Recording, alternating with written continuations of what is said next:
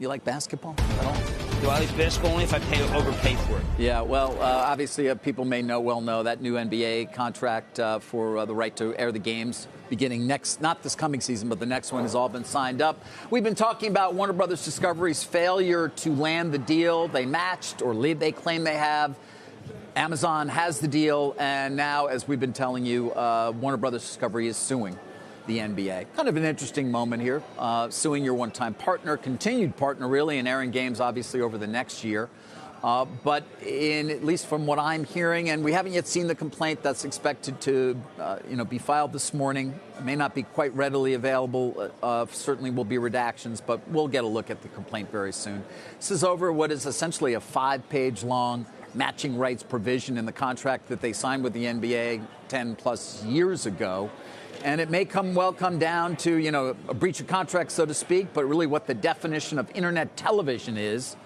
And that will be something it appears that the courts are now going to be deciding after, of course, the NBA chose Amazon, said, in fact, that Warner Brothers Discovery did not effectively match, as, again, we've been reporting would likely be the case, the package that Amazon has stepped up to the tune of about $1.9 billion. That does include WNBA games. We should point out Warner Brothers coming back with an offer that I'm told was around $1.7 but for only the NBA games. So they say it matched certainly on economics. They say it matched on streaming. It was going to be on Max, but yeah, they would also have TNT airing the games as well.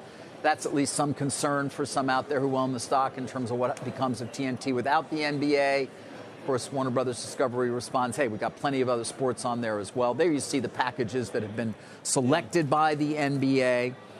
It's rare that you see this kind of a thing. And what I hear is, listen, they feel as though at Warner Brothers Discovery, they have a duty to their shareholders, a fiduciary duty to defend here. And the hope is that either they come away with some money, they come away with the games themselves, or they lose. But in their opinion, it seems as though they have very little to lose by litigating. And they feel like there were any number of things that were already set against them, including things like the requirement of 3 years of fees being in escrow, for example, which would have been very difficult for Warner Brothers Discovery to do, and is something that was agreed upon by the other participants here. They even came down after the exclusive period had expired. They came with YouTube as a potential partner for some other aspects of the deal, saying, "Listen, we can figure it out if we have to." Apparently, the NBA not interested in doing that. We'll see. Discovery, Jim, as you well know, in lawsuits, can find a lot. Are there emails? Are there texts that are going to show that there was a predisposition to Amazon that's exactly all the what way? I was thinking. Like, what happens if there's an email that says, you know what, we actually don't want to go linear anymore. We see where the world's going. We'd like to be with you. But there's a contract. Yeah. So explosive. Again, we pointed to this as being likely. It has now happened, and it will be in the courts. Of course, we will be interested in reading the complaint itself when it becomes available. But the NBA is being sued by Warner Brothers Discovery. Jim? Well, fabulous work. I know there was a downgrade Macquarie. I read it, and I thought it had a lot of cogency.